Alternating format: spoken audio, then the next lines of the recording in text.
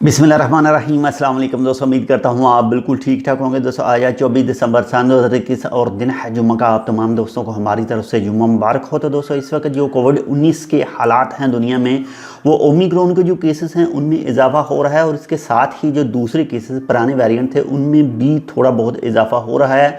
और इसी चीज़ को देखते हुए, इसी पेश नज़र को देखते हुए जो UAE ने यानी दुबई वालों ने 4 मज़ीद ममालिक के ऊपर पाबंदी आयद कर दी है। 4 मज़ीद ममालिक के जो लोग हैं वो UAE के अंदर इंटर नहीं हो सकेंगे और ये रूल लागू हो रहा है कल से, यानी 25 दिसंबर सन 2021 और दिन हफ्ता सुबह 7:30 बजे से।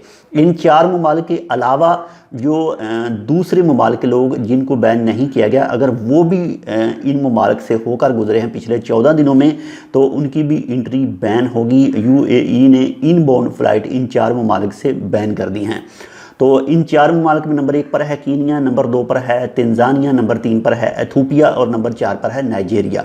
लेकिन इन 4 ममालिक में से कुछ लोगों को, जो ख़ास लोग हैं, उनको UAE के अंदर आने की इजाज़त होगी। सबसे पहले तो UAE के जो शहरी हैं वो आ सकते हैं। नंबर 2 पर इनके जो फर्स्ट डिग्री के रिश्तेदार हैं वो आ सकते हैं। इसके बाद में सफारतकार हैं वो आ सकते हैं। इसके बाद में जो गोल्डन वीज़ा वाले हैं वो आ सकते हैं। इसके बाद में दोनों ममालिक के, यानी 4 वो मुल्क और एक UAE के दरमियान जो स्पेशल डेलीगेशन आते जाते हैं ख़ास कामों के लिए, उनको भी इजाज़त होगी। लेकिन कुछ रूल हैं जो उनको फॉलो करने होंगे। सबसे पहले तो 48 घंटों से लिया गया एक PCR test, negative PCR test होना चाहिए। इसके बाद में जैसे ही वो फ़्लाइट डिपार्चर होगी, फ़्लाइट डिपार्चर से 6 घंटे पहले के अंदर एक रैपिड PCR टेस्ट एयरपोर्ट के ऊपर होगा।